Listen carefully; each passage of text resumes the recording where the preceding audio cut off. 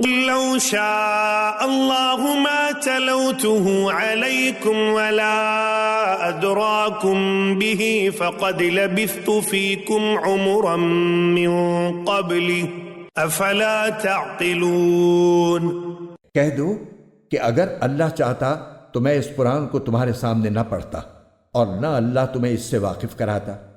آخر اس سے پہلے بھی تو میں ایک عمر تمہارے درمیان بسر کر چکا ہوں، کیا پھر بھی تم عقل سے کام نہیں لیتے؟ فمن أظلم ممن افترى على الله كذبا أو كذب بآياته إنه لا يفلح المجرمون۔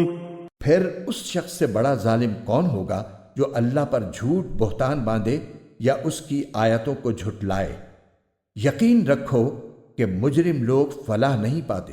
وَيَعْبُدُونَ مِن دُونِ اللَّهِ مَا لَا يَضُرُّهُمْ وَلَا يَنفَعُهُمْ وَيَقُولُونَ هَؤُلَاءِ شُفَعَاؤُنَا عِندَ اللَّهِ قُلْ أَتُنَبِّئُونَ اللَّهَ بِمَا لَا يَعْلَمُ فِي السَّمَاوَاتِ وَلَا فِي الْأَرْضِ سُبْحَانَهُ وَتَعَالَى عَمَّا يُشْرِكُونَ۔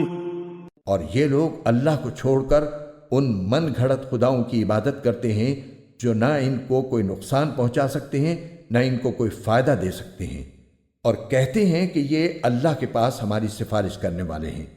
اے پیغمبر ان سے کہو کہ کیا تم اللہ کو اس چیز کی خبر دے رہے ہو جس کا کوئی وجود اللہ کے علم میں نہیں ہے، نہ آسمانوں میں نہ زمین میں؟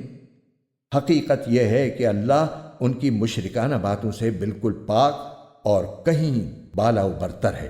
وَمَا كَانَ النَّاسُ إِلَّا أُمَّةً وَاحِدَةً فَاخْتَلَفُوا وَلَوْلَا كَلِمَةٌ سَبَقَتْ مِن رَّبِّكَ لَقُضِيَ بَيْنَهُمْ فِيمَا فِيهِ يَخْتَلِفُونَ۔